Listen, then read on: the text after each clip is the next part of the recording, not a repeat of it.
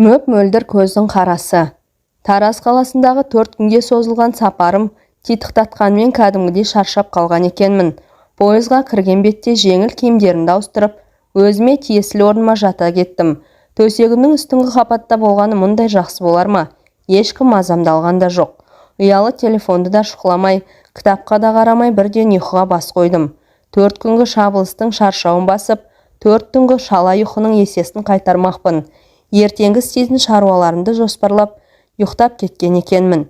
Жолсеріктің төсеніштеріңізді өткізіңіздер деген сөзі ұйқымнан оятты. Оянғаннан кейін керіліп созылып біраз жаттым да жан-жағыма қарадым. Сапарласым 2 қарт, адам мен бір жас жігіт екен. Жас жігіт те үстіңгі төсектен орын алған екен. Менің оянғанымды көріп күле қарап, ұйқыңыз қатты екен деді. Шаршағанмын ғой дедім қысқа ғана жауап беріп. Кеше мені анам шығарып салған. Сіз екеуміздің бір купеге түскенімізді көріп, қуанып тебе повезло деп еді, түк те повезло болмады. Неге? Енді әңгімелесіп жол қысқартып жетеміз деген үміт ақталмады. Өзіңіздей әңгімешіл жігіттер әркімнің қолына түсе бермейді ғой.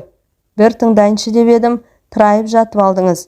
Егер қарсы болмасаңыз бір жерден шай ішейік. Әлі танысып үлгермеген сапарласымның өтінішін жерге тастай алмадым. Перронда тұрып таныстық. Аты Қайрат екен. Пойыздан түскеннен кейін Алматы вокзалының айналасына топырлай орналасқан асханалардың біріне бас сұқтық. Менің әңгімемді тыңдағысы келген жігіттің өзі нағыз әңгімешіл екен. Мені сөйлетіп өзі тыңдамақ еді. Мені тыңдатып қойып, өзінің сөйлеп кеткенін аңғармай қалды. Медицина университетін тәмамдағаннан кейін табаны күректе 5 жыл Тараз қаласындағы ауруханалардың бірінде қызмет атқарған екен. Өзде сол елдің тумасы көрінеді. Енді Алматыға қоныс аудармақ болып келе жатқан бет екен. Санаулы сәт жолдас болған жігіттің мына бір әңгімесін өздеріңізбен бөліскенді жөн көрдім. Дәрігер болам деген ой үш ұйықтасам да түсіме кірген емес. Жалпы мен сізге шынымды айтайын. Бала кезімде арманшылардың қатарында болған жоқпын. Сабағымды жақсы оқыдым, тәртібім тәуір болды. Бірақ 9-шы сыныпқа дейін болашақта кім болатынымды әлі шешпеген едім. Біреулер құсап, айға ұшсам деп армандап, я болмаса әнші, күйші, суретші, жазушы болам деп те ойламаған едім. Ал енді дәрігер болу туралы ой басыңа қайдан қаңғып келіп жүр деген заңды сұрақ туындайды. Бұл ауру әкемнің шешімі еді. Әкемнің өтінішімен 10-шы сыныптан бастап дәрігердің оқуына дайындала бастадым. Әрине басқа пәндерді біржолата жиып қойған жоқпын, бірақ химия, биология пәндеріне баса назар аудардым. Әдебиет пен тарих онсыз да жаныма жақын. Сонымен не керек 2 жылға дайындығым жаман болған жоқ. Мектепті алтын белгіге бітіріп, осы Алматыдағы медицина университетіне қиналмай түстім. Алматыда жас болып шалқып жүрдім.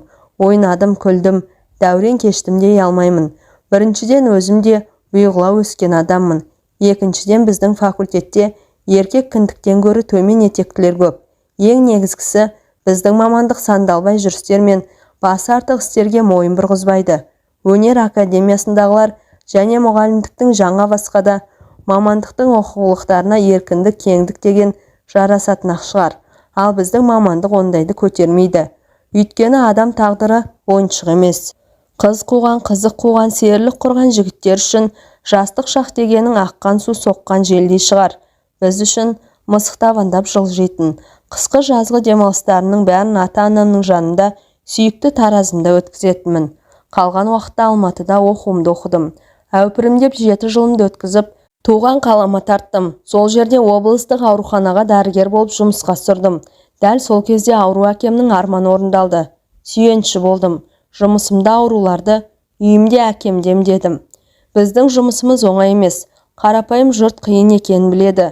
Бірақ толық сезіне алмайды деп ойлаймын. Таңның атысы, күннің батысы демей шабылып жүреміз.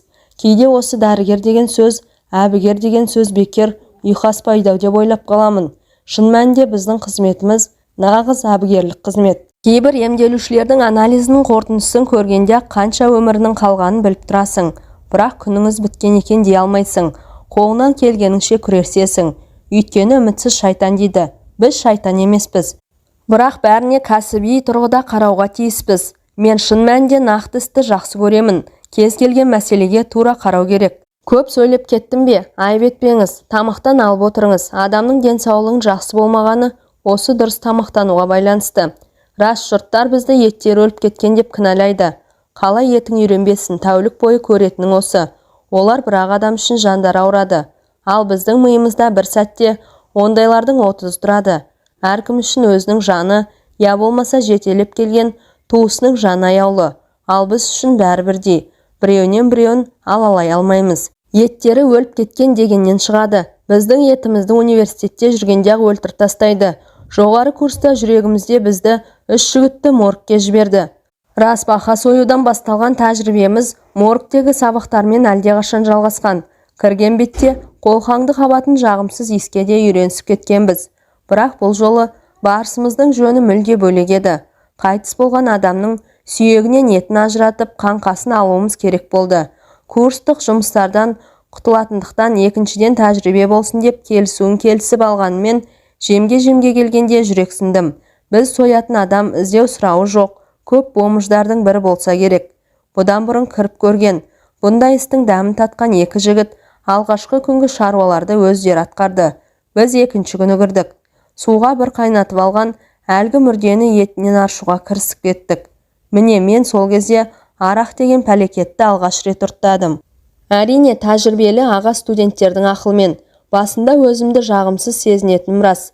Артынан кейін әлі қаңқаның сүйектері жабысқан еттерін егеумен егеп, құм қағазбен ысқылап емін-еркін отырғанын сездім. Еті үйренді, еті өліп кетті дегеніңіз осы. Ал адам сойғанның жанында біреулердің ашық жарақатын көру, анау айтқандай қорқынышты да, жеркенішті де емес.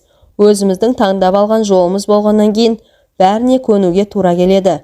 Шындығын айтқанда кейде қажып та кетеміз. Өзіңіз де білесіз, оңай жұмыс емес. Бірақ елдің бәрі оңайына жүгіре берсе, қиын жұмысты кім істемек? Әйтеуір біреу істеу керек қой. Бізде бір дәрігер бар, жасы 50-лердің бел ортасына келген. Өзі тәжірибелі болғандықтан ол кісіге мүлде тыным жоқ.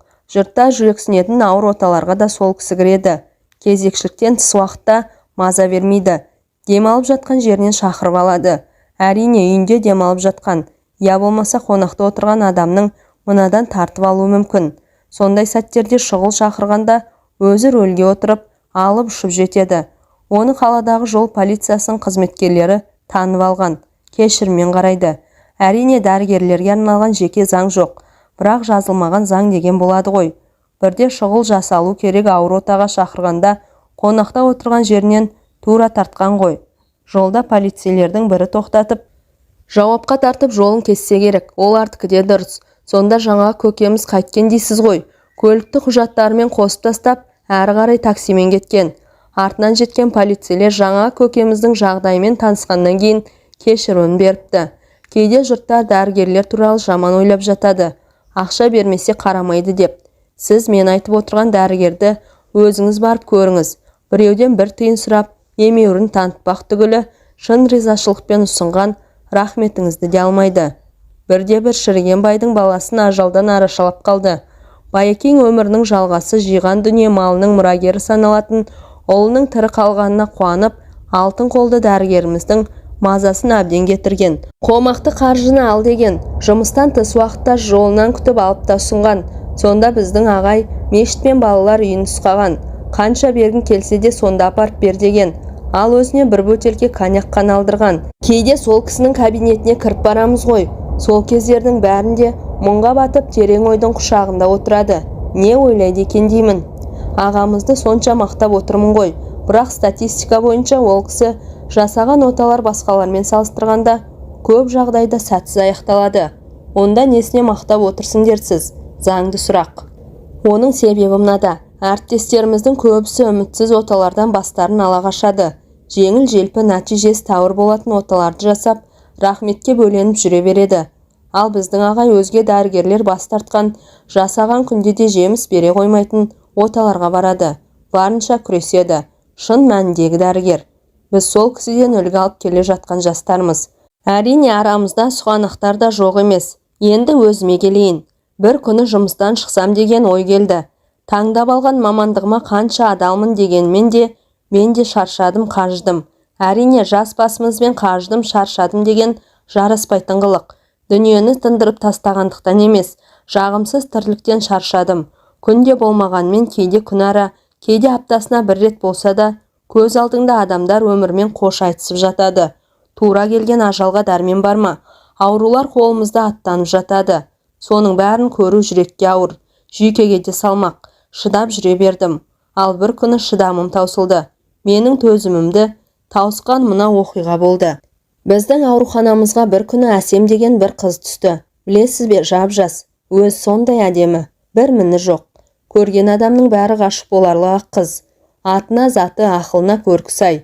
Шіркін, Әсем десе Әсем, бірақ ауруының беті қатты. Анализ қорытындыларын қарап отырып шошып кеттім. Ұзаса 30-40 күндік қана өмірі қалған. Енді мына қыздың өлімін көру үшін қиын еді. 12-де бір гүл ашылмаған, 22 жаста ғана.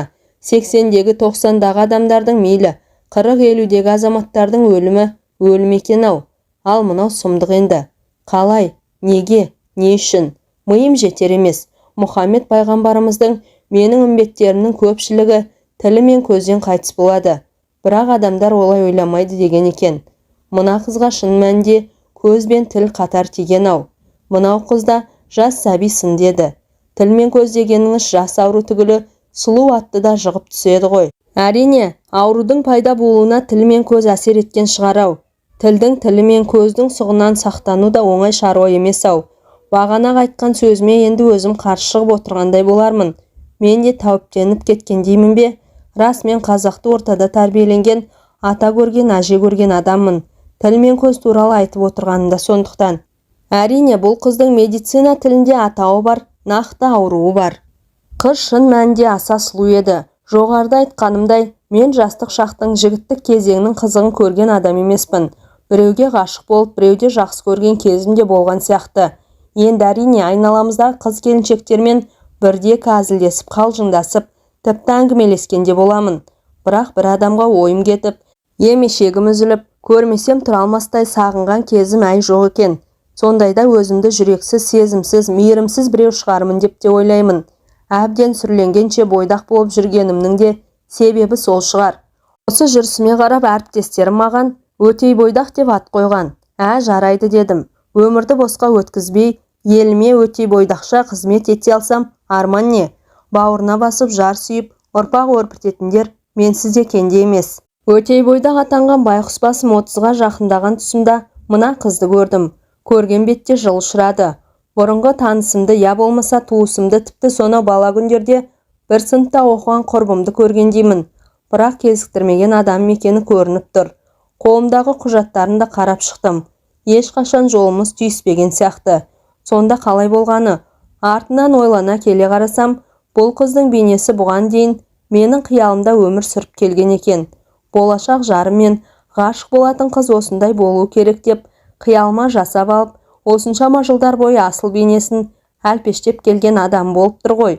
Міне енді сол жанды тірідей көріп тұрмын. Бірақ ауру әбден меңдеген шағында. Аурудың беті қанша күшті болғанмен, бұл қыздың дидарында ешқандай әмірін жүргізе алмаған екен. Тіпті ажарын аша түскендей ме деймін. Мүмкін бұл қыз дені сау кезінде тәкаппарда болған шығар. Ондай болса маған ұнамай қалар еді. Жалпы маған тәкаппарлық деген мүлде ұнамайды. Ал мына қыз өз сұлу, өз әдемі және өз сондай момын. Момындығынан шығар. Сүйкімділігіне шек жоқ. Әсіресе әлжуаз ғана, әнтек жымиғаны керемет. Жымияды да, артынша езуін тез жиып ала қояды. Ауру есіне түсер, сырқаты жанына батар, әйтеуір сүйтеді. Сол жалт ете қалған жымиысындағы жылылықты қатты жақсы көремін. Келген күннен бастап өз қолыма алғанмын. Әрине біз емін тағайындап беріп, жалпы бақылауда ғана ұстаймыз. Уақытылы уколдарын, системаларын салу медбикелердің жұмысы. Сол себепті де ол жақтан палатаға көп кере бермеймін. Арасында ебін тауып, себебін қылып кіріп шығамын. Жағдайын сұраймын. Жылы жымиятта қояды. Өмірге деген құштарлығы көзінен көрініп тұр. Бірақ ауруға мойынсынбасқа шарасы да жоқ. Біздің кейде аурулардан жағдайын жасыратын да кезіміз болады. Жағдайының ауыр екенін айтсаң, сырқат адам өзін өзі тастап жіберуі мүмкін. Сондықтан дәрігерден бөлек кейде үмітпен, кейде мейіріммен емдейміз. Сырқатқа деген жылылық, оған деген мейірбан қатынас. Оны дертінен біржолата айықтырып жібермесе де, белгілі бір дәрежеде ауруын жеңілдетеді.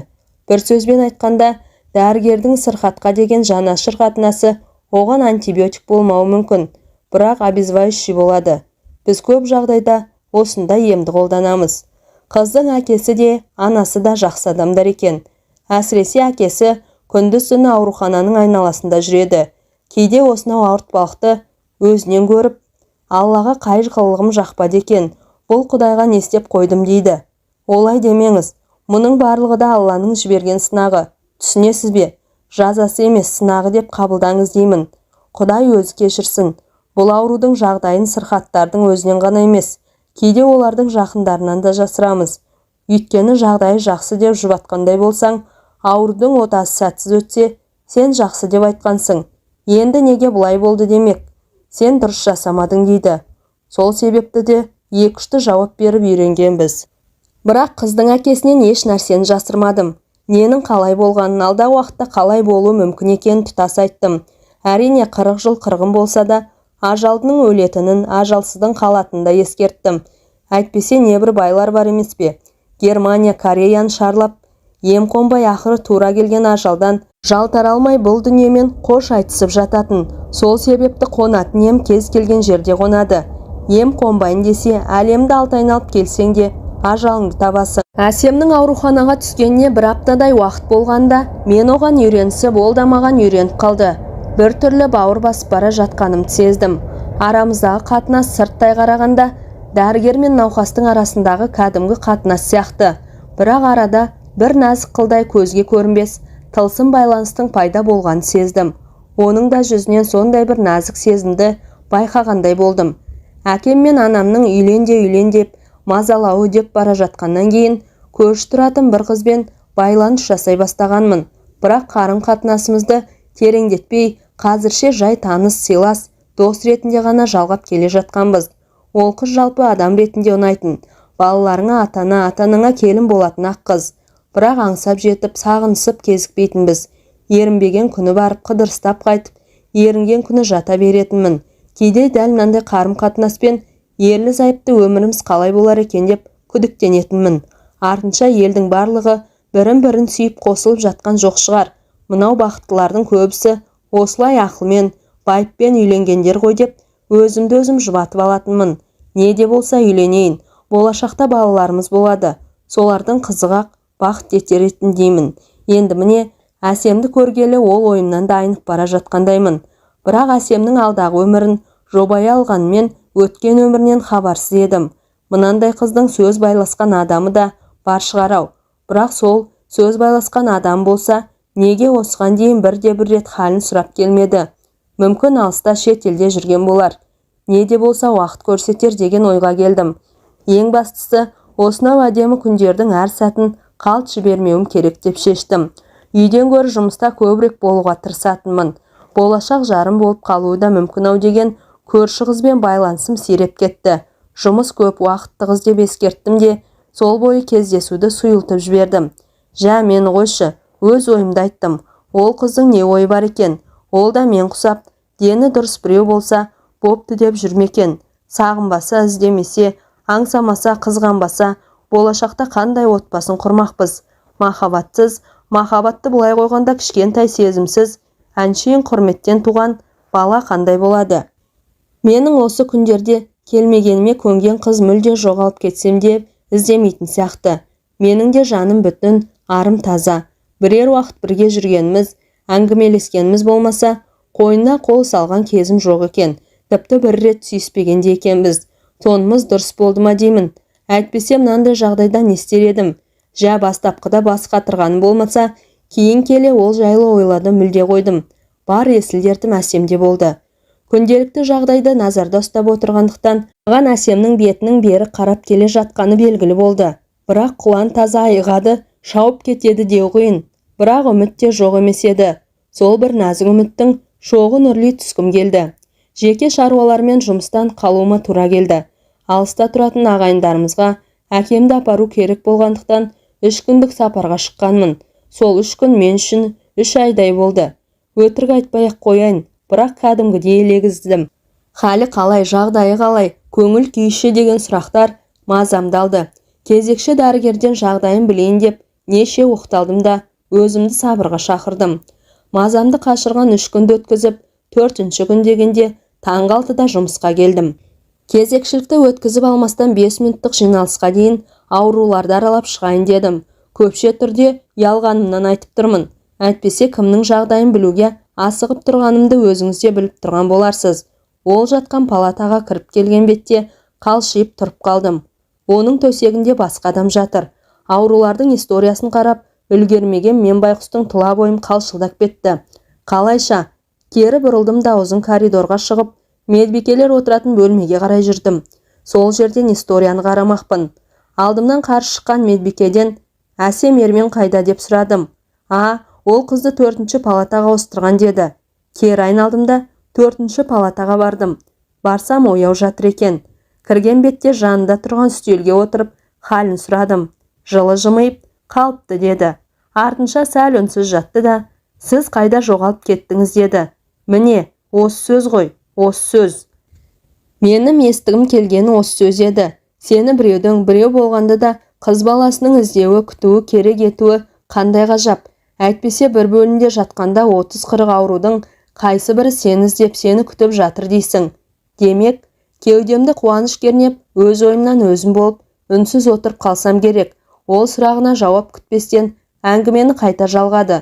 3 күн болмадыңыз деді. Бір шаруалар шығып қалды деді мағынасыз. Мен сізді күттім. Абдыраған адамның сөзі құрсын. Мынандай күтпеген сөзді естіген мен аузыма дұрыс сөз түспей, неге деппін? Білмеймін. Сіз болсаңыз ауруымды ұмытатын сияқтымын. Кешір, сұрағым қолайсыз болды. Мен жай әншейін басқалар дұрыс қарайды ма дегім келген, дедім ақталған болып. Жоқ, бәрі де жақсы. Тек сіз жетіспейтін сияқтысыз. Мені әкем Алматыға кетпек болды. Аты әйгілі ауруханаға. Ал менің барғым келмейді. Барғаның да дұрыс. Ол жерде ең мықты деген дәрігерлер жұмыс істейді. Бізге қарағанда базалар да мықты. Маған мықты дәрігерлер керек емес. Өзіңіз айтпақшы, дертті берген Алла шипасын қоса берсе, осы жерде қатарға қосылармын. Ары-бері сүйретілгенді өзімде қалап тұрған жоқпын. Мен қарсы емеспін дедім. Әрине, оның бұл жерде қалғаны мен үшін қуаныш. Ғашығым, сүйіктім деуге ертерек шығар. Бірақ осынау жұмыр жердің бетіндегі жаныма жақын адамның қасымнан алыстамағанына қуанамын. Бірақ бұның жауапкершілігі де оңай емес. Ем қонып беті бері қарап жатса үлкен қуаныш. Құдай бетін әрі қылсын. Егер жағдай қиындап бара жатса, өз қолымен өлтіріп алғандай боламын ғой. Сөзімнің басында сізге айттым. Жұмыстан кеткім келді. Мынандай сұлу қыздың ажал құшқанын, өмірден ерте өткенін көзіңмен көру азап қой. Бұл менің о бастағы әсерім, о бастағы асығыс шешімім еді. Менің жұмыстан өз еркімен кету туралы өтінішімді қараған бас дәрігер шұғыл шешімді түсіне алмады. Менің жауабым да мардымсыз шықты. Өтінішіме қол қоймай, 1 ай ойлан деді. Сол 1 айда, 1 ай деймін-ау. 1 айдың алғашқы аптасында мен бастапқы шешімнен айнып қалғанмын. Оның себебін өзіңіз де түсініп отырсыз. Жұмыс орным 2-ші үйіме айналып кетті. Көбіне көп осында болуға 1 сағат болса да артығырақ жүруге тырысамын. Әріптестерімнің әлдеқандай шаруалар шыға қалса, солардың орнына қызмет етуге даяр тұрамын. Демалыс сәттерінің бәрінде Әсемді ойлаумен боламын. Асығып жетемін, асықпай кетемін. Аяулы Әсемді әлпештегенді, аялағанды ұнатамын. Ол да қолға үйренген балапандай жәутеңдейді де тұрады. Мен кіріп келген сәтте балаша қуанады. Екеуара әдемі қатынасымыз бен әсерлі әңгімеміз жаңағы айтқан 3 күнге сапарлап келген күнімнен басталды. Палатасын ауыстырған Әсемнің бос тұрған төсегін көргенде-ақ, менде оның жаныма қаншалықты жақын екенін, мен үшін қаншалықты қымбат екенін сезінген едім. Өзі бастап берген әңгімені жалғастырып отырып, менде оның көңілін көтергім келіп, бір сырдың шетін шығардым. Сенің бос тұрған төсегіңді көргенде, есімнің шыққанын көрсең, кетіп қалды деп қорықтыңыз ба? Соған қарағанда ауруым соншалықты қауіпті болғаны ғой. Жоқ, ол не дегенің? Онда неге қорықтыңыз? Сіз айналдырған 2-3 күнде кетіп қалатын адам мен 1 ай өмірі бар адамды ажырата алатын болсаңыз керек. Әрине ажырата аламын. Сенің 1 айлық емес, бірнеше жылдық өмірің бар. Рахмет, қорықтым дегеніңізге қарап қорыққаным ғой. Мен сені басқа ауруханаға ауысып кетті ме деп қорықтым. Мүмкін ғой, атаның Астана мен Алматының біріне әкеткен шығар деп ойладым. Менің бұл сөзім шілей өтірік еді. Әсемді қорқытып алғаннан кейін суға кеткен тал қармайды дегендей ақталу сияқты бірдеңе болатын. Әсем менің бұл өтірігіме сеніп, күдігін сейілткендей болды. Өзі тым бала сияқты. Болмашы нәрсеге бұртиып, болмашы нәрсеге қуана салады. Және баладай сенгіш. Әңгімені басқа арнаға бұрғым келіп, «Жә, палатаны ауыстыруыңа не себеп болды?» дедім. Ана палата батыс жаққа орналасқан ғой. Терезесінен ылғи батып бара жатқан күнді көремін. Ал мына жақта тек қана атқан таңды шыққан күнді көремін ғой, солай ма? Иә, бұл да болса дәтке қуат екен. Ал өзің жабығып жатқанда ылғи батып бара жатқан күнді көру одан да әрмен қамықтырып жібереді. Осылай күндер жылжып жатты. Әсем дертінен шым-шымдап арыла бастады. Шым-шымдап қана. Кейде аурулардың бетін бері қаратпасақ та, асқындырмай ұстап тұрғанның өзіне риза болатын кездерде аз емес. Ал Әсемнің беті мысқалдап болса да бері қарап келеді. Бірақ бұл өте аз. Алдағы уақытта ота жасалу керек. Бәрі де сол отаға байланысты болмақ. Егер ота сәтті жасалып кетсе, онда үміт бар. Сәтті болған жағдайда да емді жалғастырамыз. Егер басқалай жағдай орын алса, қиындау болмақ. Бәрі жақсы болады деп Әсемді сендіргенмен өзімнің күдігімді сейілтуім қиынға соқты. Негізінде мұндай отан үлкен қалаларда, шет елдерде мықты медициналық орталықта жасатқаны да дұрыс қой. Біздікі енді шынын айтқанда облыстың аты облыс. Әсемнің өзі де осы жерді қалап тұр. Адам мынандай жағдайда жатқанда ненің махаббаты? Оның да жағдайы белгілі ғой. Бұны өзі мойындады. Аға, шет елде оңайрақ болатын мен де білемін. Бірақ мен әке-шешемді қинағым келмейді. Жұқартып айтқанда біздің жағдайымыз өте қарапайым. Әрине әкем менен ештеңесін аямайды. Бірақ осынша жасқа келгенде үйсіз қалдырып қаңғытқым келмейді. Өйткені менен кейін де екінім бар. Квота жасау аса қиын шаруа емес. Шет ел болмаса да еліміздегі ең ірі ауруханаларға жасатуыңа болады. Жоқ, мен осы жерде ақ жасатамын. Тәуекел еттім. Тек бір өтінерім бар. Қолымнан келгенін жасайтыныма сенімді шығарсың. Иә, онда айта ғой. Сіз отаға бірге кіріңіз. Әрине бірге кіремін. Сіз жанымда болсаңыз бәрі жақсы болатын сияқты сезінемін. Мен Әсемнен шыққаннан кейін баяғы ұстазымның кабинетіне бардым. Әлгі үйінде жатқан жерінен шақыртып алатын алтын қолды дәрігеріміз. Ол кісі де қыздың жағдайының хабардар, ауруымен таныс. Есігін қақпай кірдім. Кезекшіліктен босаған бет екен. Әдеттегідей алдындағы жартылай коньяк құйылған бокалға қарап үнсіз отыр екен. Жанындағы бос орынға жайғастым. Ол кісі үнсіз қалпынан танбаған күйі шкафтан тағы бір бокал алды да мейімделіп қойды. Алып қой дегенде ишарат жасады да өзі тұтастай көмейіне төңкере салды. Мен де кеңірдегіме қарай тастап жібердім. Ішім жылып барады. Я, әңгімеңді айт деді. Ерманованың жағдайымен таныспын. Соның отасын өзіңіз жасасаңыз деген өтінішім бар. Ұсыныс деп қабылдайын. Қалай қабылдасаңыз да сіздің жасағаныңызды жөн көріп отырмын. Оны жиналыс барысында көреміз. Бас дәрігер не шешсе, сол болады. Сіз өзіңіз сұраныңыз. Көрейік, бәрін де байқап жүрім. Сен үшін қуаныштымын. Ұстазымның осы бір қасиетіне ішім жылиды. Міне тағы да қиындығына қарамастан күрделі отаны жасауға бел буып отыр. Әсем жатқан палатаға қайта келдім. Оған мән жайды түсіндірдім. Ең бастысы отаны кімдің жасайтынын және оның қандай мықты дәрігер екенін айттым. Әсемнің де қорқыныш сейіліп, үміт дүниясы бой көтерді. Ертеңгі анализдерің жақсы болса, жалпы жағдайың қалыпты тұрса, 2 күннен кейін ота жасайды. Жүрек мықты болуы керек. Жүрегің тыныш педі. Сағынып жүрген адамдарың болса, ертең мауқыңды басып ал. Ата-анам мен екінім бар. Оларды күнде көріп жүрмін ғой. Олардан бөлек туыстарымыз бар. Бірде екілі келді ғой. Жоқ, кәдімгідей сағынатын сағындыратын дегендей. Ондай ешкімім жоқ. Ол жағына алаңдамаңыз. Сендей әдемі қыздардың ешкімі жоқ болғанда қызық. Болған. Мына ауру маған жіберілген сынақ болғанмен айналамды сынап алуға көмектесті. Сенсіз өмір сүру мүмкін емес деп жүретін еді. Менің өмір сүруіммен екталай болған жағдайда басын ала қашты. Ол кәдімгі басыңды күн шалғанда таппай қалатын көлеңкенің өзі екен. Егер мына ауру болмағанда опасыз өмірді қорқылар ме еді? Кім білсін? Алланың мұнысына да шүкір. Жанымды тазалап алармын. Тәнімді бұлғатпағаныма қуанамын. Ондай қоқыстарды миыңнан шығарып таста. Тек қана жақсы нәрселер ойла. Арманда, қиялда, бірақ көңіліңді түсіретін, жаныңды ауыратын ойлардан аулақ бол. Сіз сұрағасын жауап бергенім ғой. Әйтпесе өкпе реніш түгілі еске түсіруге тұрмайтын адам ғой. Сол күні түнде үйіме кеттім. Ол палатасында жалғыз қалды. Түннің бір уағында телефоныма хат келді. Әсемнен келген екен. Мен сізге сенемін депті. Көп нүктесі көп ойға жетелейді. Бұл терең мағыналы үлкен сенім бе? Әлде отаны жақсы өтеді деген сенім бе? Ол жағын тап басып айта алмадым. Жауап беруім керек. Бірақ не деп? Ойлана келе мен жұмбақтау қылып, сенімің ақталсын, ақтауға тырысамын деп жазып жібердім. Ойын оңға, санасы санға бөлініп, үміт пен үрейдің құшағында тең жатқан қыздың бұл халін түсіндім. Өзімнің бойымдағы сезімнің жайы белгілі. Бұл қыздікі не болды екен деймін. Қанша түсінемін, сеземін дегенмен бір жұмбағы рас. Ақыр саусақтарым дірілдеп отырып, мен сені жақсы көремін деп жазып жібердім. Білемін, мен де деп жазып жіберіпті. Ертесі күні жұмысқа барғанда оның палатасына беттей алмай біраз жүрдім. Алыс отырғанда айтарымды айтып алып, енді сол сөзім үшін қыздың бетіне қарауға дәтім бармады. Неге бәрі оңай, неге бәрі қиын?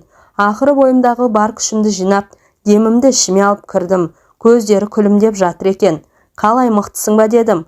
Мықтымын деді. Және күшті шығарсың. Әрине күштімін.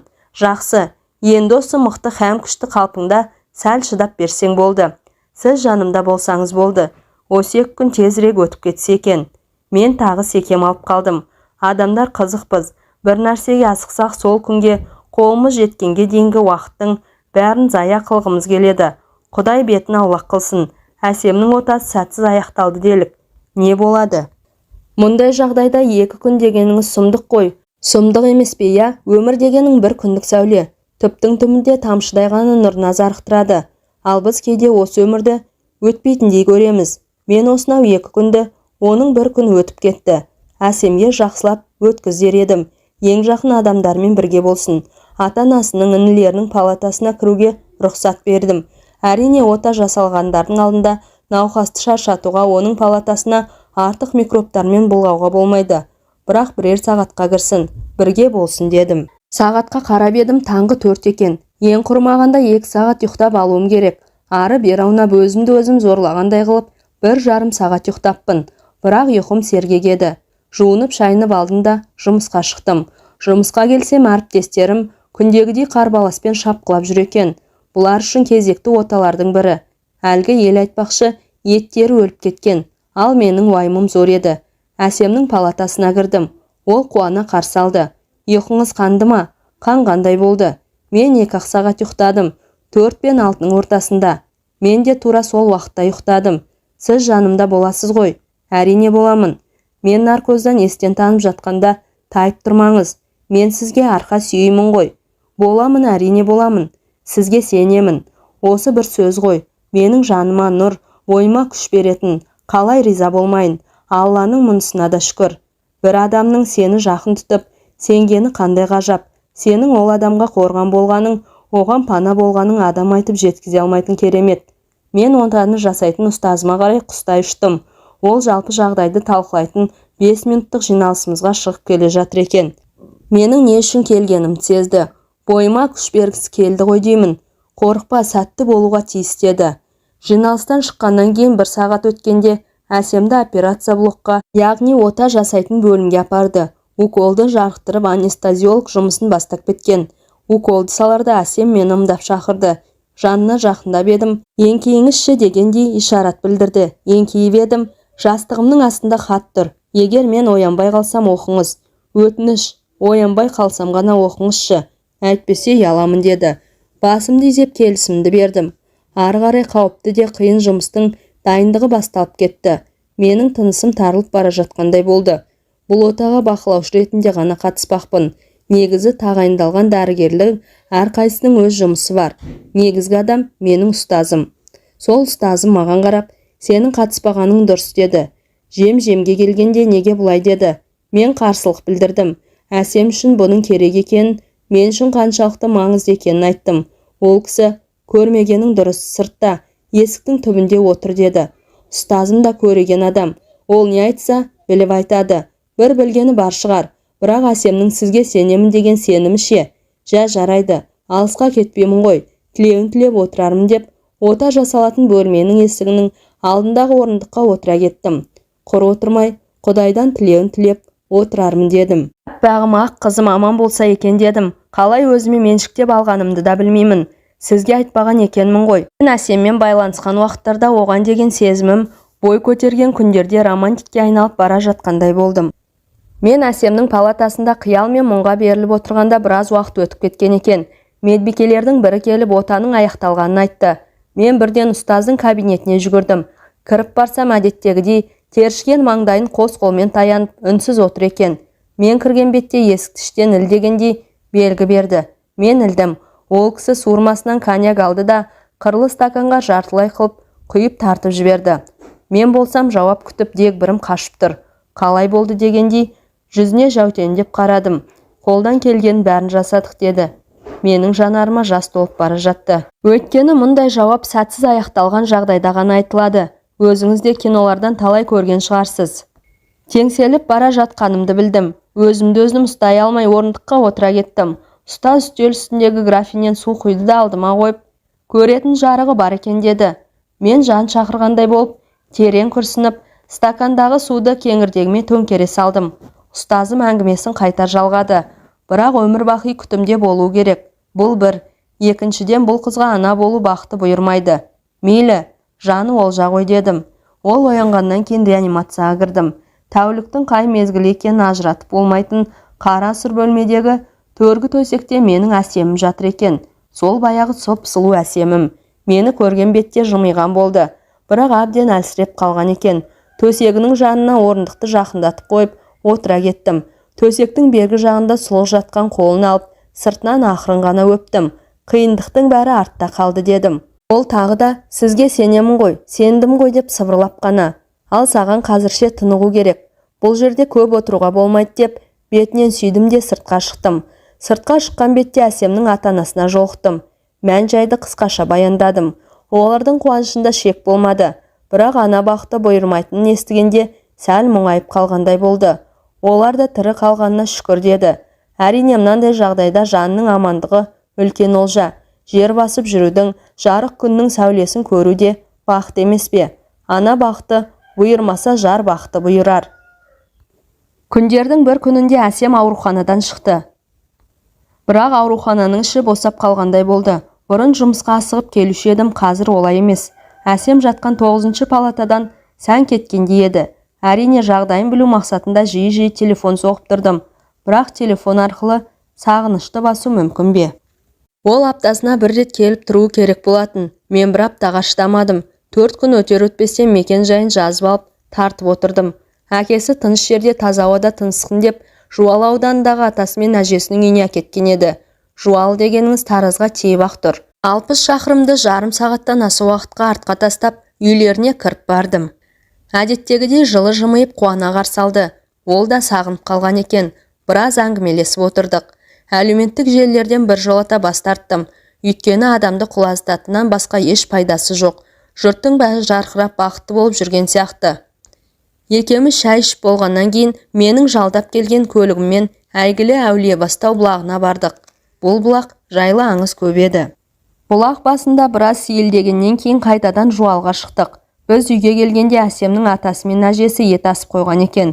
Асықпай отырып астанып, ауқаттанып әңгіме айттық. Қария мен кейуана алғыстарын жаудырып жатты.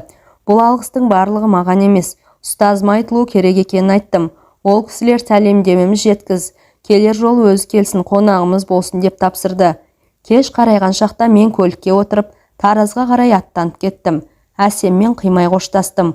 Ол да қимастық сезімнің құшағында қала берді. Жанарымнан сізге сенемін деген сөзді оқығандай болдым. Мен бәрін өзім іштей шешіп алғанмен ата-анам Әсем жайлы әлі тіс жарып айтпаған едім. Енді әңгіменің шетін шығару керек болды. Олар қалай қарар екен деймін. Бірақ әкем де шешем де бұған дейін маған қарсылық танытып, бетімнен қаққан адамдар емес. Бұл жолда солай боларына сенемін. Ақыры ойлана келе айтуға бел будым. Кешкі астың үстінде әкем мен шешемді қатар отырғызып қойып әңгімені бастадым. Түптің түбі белгілі болатын болғасын, ештеңені бүгіп қалмадым. Әкем, маңдайыңа жазылған сол қыз болса, пешенеңнен көрерсің деді. Шешем болса, қазір жастықпен осылай ойлағаныңмен күн ертең жасың келгенде өкініп қалып жүрмесең болды. Сезім деген шіркіннің мәңгі лаулап тұра бермейді деп сақтандырған болды. Бұл әрине ешқандай да қарсылық емес, жай ғана ақыл айту еді. Менің қуанышымда шек болмады. Маған айттым, Әсем бір аптада бір рет келіп тексеріліп тұруы керек болатын. Мен 4 күн дегенде оған бардым. Одан кейін араға 3 күн салып, ол келді. Ауруханадағы тексеру, ем-дом тағайындау шаруаларын бітіргеннен кейін мен Әсемді үйге алып келдім. Жай ата-анаммен таныстыру мақсатында. Ол үйге кіріп келгенде ас қамымен жүрген анам тұрған орында қатты да қалды. Әсемнен көзін алар емес. Сәлден кейін барып тілге келіп, кел айналайын төрлет деді. Әсемді қонақ бөлмеге кіргізіп, өзім ас бөлмеге келгенінде анам, мынауың адам емес қой деді. Мен түсінбеген күйі сұраулы жүзбен бетіне қарадым. Ол өзінің сөзін түсінбей қалғанымды сезіп маған күле қарап, адам емес, адам кейпіндегі періштеме бірдеңе ғой деді. Бірер уақыттан кейін әкем бөлмесіне шығып, ол да Әсем отырған қонақ бөлмеге кірді. Әсем оған күлімдеп амандасты. Мен Әсемге ата-анаммен таныстырамын деп айтқан жоқ едім. Жай үйден дәм тат дегенмін. Сол себепті болар. Ол өзін еркін ұстады.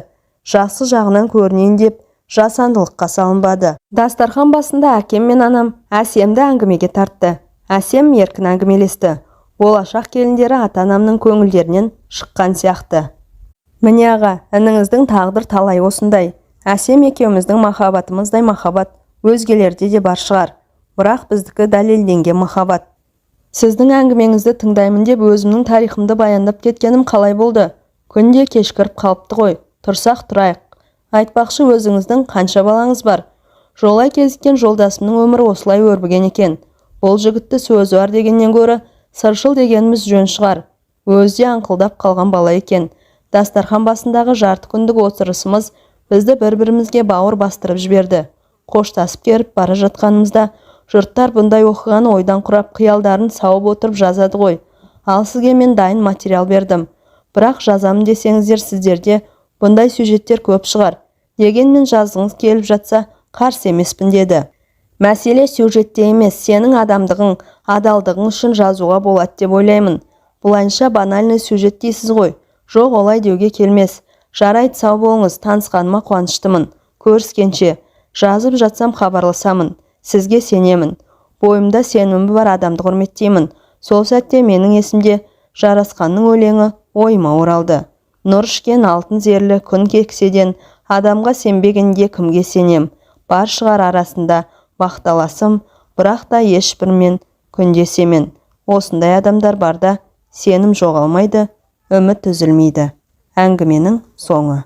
Әңгіме авторы Бейбіт Сарыбай.